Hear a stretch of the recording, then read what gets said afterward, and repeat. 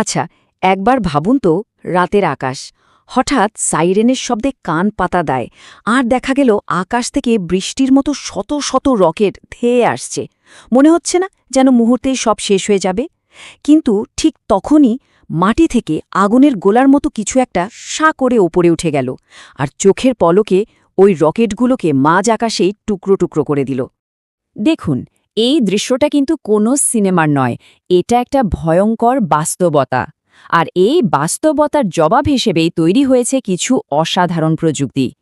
চলুন আজ এই সুরক্ষা কবচের পেছনের বিজ্ঞানটা একটু সহজ করে জেনে নেওয়া যাক।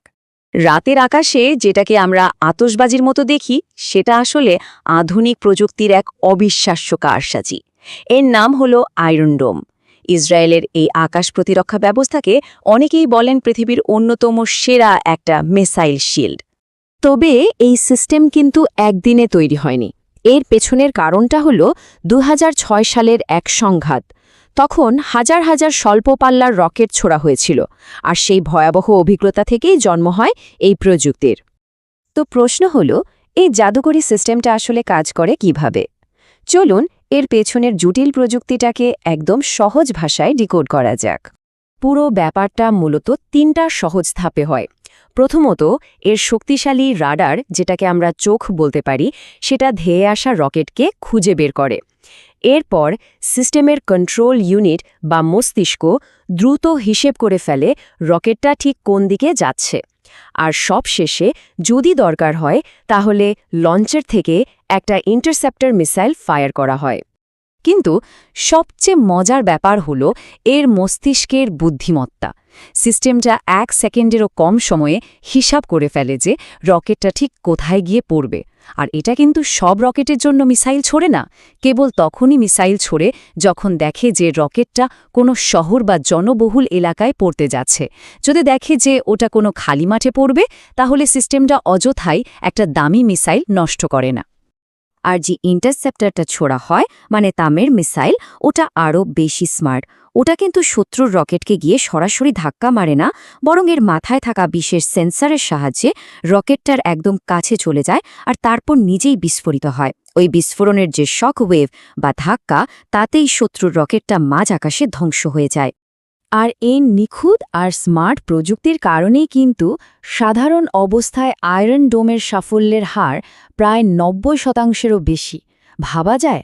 এটা আসলেই প্রমাণ করে যে প্রযুক্তিটা কতটা কার্যকর। তো এতক্ষণ তো আমরা আয়রন ডোমের শক্তির কথা শুনলাম, কিন্তু প্রশ্ন হলো, এত ভালো একটা সিস্টেমের কি কোনো দুর্বলতা থাকতে পারে? হ্যাঁ, পারে। আর এখানেই আমাদের আলোচনা একটা নতুন দিকে মোড় নিচ্ছে। আয়রন ডোমের সবচেয়ে বড় দুর্বলতাকে সামরিক ভাষায় বলা হয় সোয়ার্ম অ্যাটাক, বা সোজা বাংলায় ঝাঁকে ঝাঁকে আক্রমণ।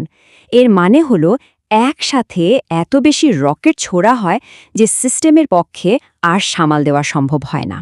ব্যাপারটা হলো, একটা আয়রন ডোম ব্যাটারি একসঙ্গে সর্বোচ্চ ৬০ থেকে ৮০টা রকেট সামলাতে পারে।